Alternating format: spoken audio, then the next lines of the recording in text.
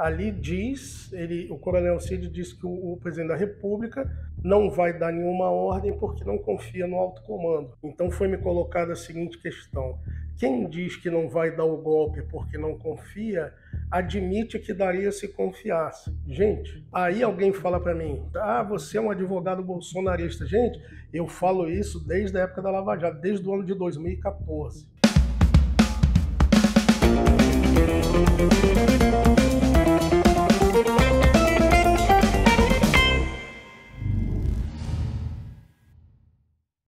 Oi pessoal, boa tarde, boa tarde. Surgiu uma situação interessante aqui com relação à quebra de sigilo do telefone celular do Coronel Cid. Foi encontrado um conteúdo de mensagens relacionadas a atos preparatórios de uma intervenção militar. Eu estava conversando com algumas pessoas, alguns clientes meus, alguns colegas advogados que eu presto assessoria, e aí eu comentei, eu falei, bom, aquele conteúdo ele é excelente para a defesa do ex-presidente Bolsonaro. E aí os colegas falaram, como assim? Né? Ali o Coronel Cid diz que o presidente da República não vai dar nenhuma ordem porque não confia no alto comando. Então foi me colocada a seguinte questão: quem diz que não vai dar o golpe porque não confia, admite que daria se confiasse. Gente, se você assistir os meus vídeos aqui no meu canal no YouTube, seguir o meu perfil no Instagram, o que eu defendo? O meu perfil chama-se Defesa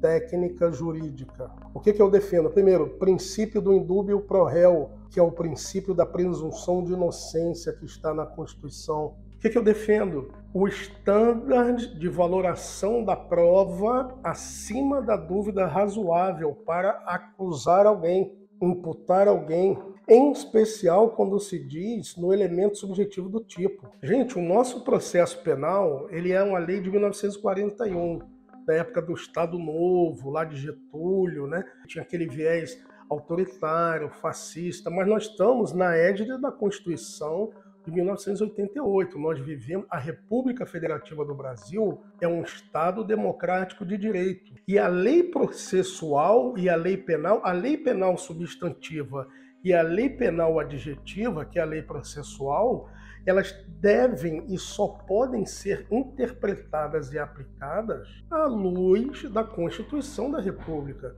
do devido processo legal, do princípio da inocência, da presunção de inocência. Então, aí alguém fala para mim, que tem umas pessoas que estão vindo, leva para o coração meu conteúdo, aí posta, você é um advogado bolsonarista. Gente, eu falo isso desde a época da Lava Jato, desde o ano de 2014. Tem 9 anos que eu falo de rigidez processual, só que eu não tinha perfil no Instagram, eu não tinha canal no YouTube, eu falava numa outra rede social aí. Mas eu sempre falei rigidez processual, princípios constitucionais, o processo penal, essa questão do caráter instrumental do processo, tem se trazido muita coisa do direito civil, do processo civil, que tem um caráter enciclopédico. Nós sabemos que a lei processual penal, na sua lacuna, se socorre, né, busca socorro na lei processual civil, mas não por uma instrumentalidade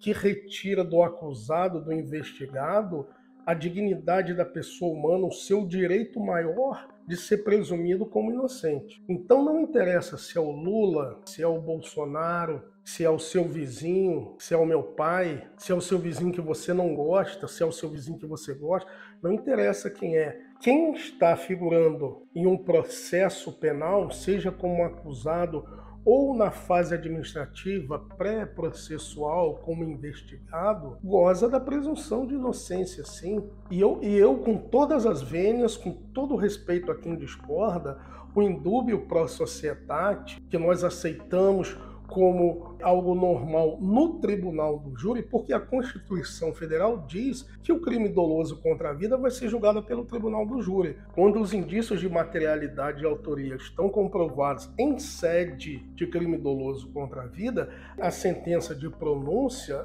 indúbio pro societate, remete ao conselho de sentença, aos jurados, para que o povo julgue o seu par. Então ali não é um juízo de culpabilidade, o juiz admite que ali tem condições de uma ação penal para ser julgada. Mas um indúbio pro societário não pode existir na ação penal comum e na fase investigatória. Então, se eu tenho, vamos analisar aqui o elemento do tipo, né? Então, se eu tenho uma prova, uma medida cautelar pediu para ter acesso aos dados de telefone de uma pessoa investigada, que em tese teria potencial obtenção de provas de um outro suspeito, no caso o ex-presidente da República. Quando se teve acesso ao conteúdo, o que apareceu ali? Apareceu que ele, conversando com os outros, diz: o presidente não vai dar ordem nenhuma para uma intervenção federal porque ele não confia no alto comando. Ora, a motivação pelo qual ele não vai dar a ordem não interessa. Podia dizer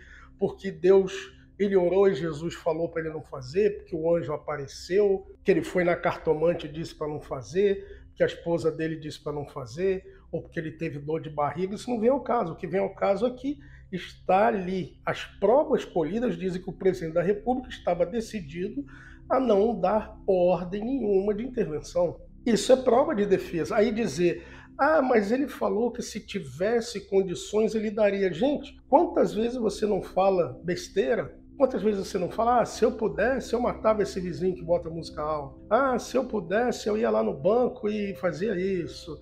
Ah, se eu pudesse, eu matava meu chefe. Ah, se eu pudesse, eu fazia isso, aquilo. Gente, por favor, isso não é nem ato preparatório, não é tentativa, não é ato preparatório, nem cogitação, eu posso dizer. Eu não sei o que é isso. A pessoa dizer: escuta, você está afim de dar um golpe? Ah, não, porque eu não confio nesse alto comando mesmo, deixa para lá isso aí. Isso é indício de crime? Então, pessoal, eu estou falando isso aqui hoje num domingo, porque vieram para mim umas mensagens, né, de pessoas que eu conheço, que eu tenho relações pessoais e profissionais, que eu comentei essa análise dizendo: agora ficou bom para a defesa do Bolsonaro. Porque eu sou um defensor, eu sou um advogado criminalista e jurista. O meu perfil, quem segue o meu perfil, gente, sabe que não tem paixão ideológica nem paixão política, tá? Então a minha análise técnica dos dados obtidos daquelas conversas, da quebra de sigilo do celular, das mensagens telefônicas, da comunicação telefônica do Coronel Cid, assessor do ex-presidente Bolsonaro, é que aquelas mensagens isentam o ex-presidente de estar atuando em prol de um golpe. Nem sequer em tentativa. Ele foi cabal em dizer: o presidente não vai dar a ordem. Ele falou: não vai dar. Ele falou que está pensando, está avaliando, fez contatos, está conversando, está articulando. Ele falou: ele não vai dar, acabou. E ainda disse que não confia nem no alto comando, nem no ministro da Defesa. Olha só, gente. Então, vamos deixar a paixão de lado. Quando eu defendia, que eu criticava os atos da Lava Jato, do Deltan Dallagnol, aquele PowerPoint, aquela coisa absurda, surreal que foi feita para criminalizar, na época, incriminar o ex-presidente Lula, eu falei: tá errado o PowerPoint, eu não estou dizendo se o Lula é bonzinho ou não é, mas isso é um absurdo. Considerar esses elementos de prova que foram obtidos da quebra de sigilo do Coronel Cid como qualquer coisa que possa indicar, de alguma forma, uma conduta, imputar uma conduta criminosa ao ex-presidente da República com relação a esses fatos, é surreal igual o PowerPoint. E eu não tenho dois pesos e duas medidas. Para os colegas advogados e advogadas que querem seguir a mentoria do habeas corpus para o Tribunal Superior, eu sugiro antes, assiste os vídeos que eu tenho aqui no canal, que aí vocês vão entender quais são os princípios do direito que eu avoco, que eu invoco para seguir com essas teses jurídicas, porque não é uma tese de fla-flu, muito menos em habeas corpus. Habeas corpus a gente tem que ir realmente na questão de nulidade diante de princípios, da norma e de princípios constitucionais.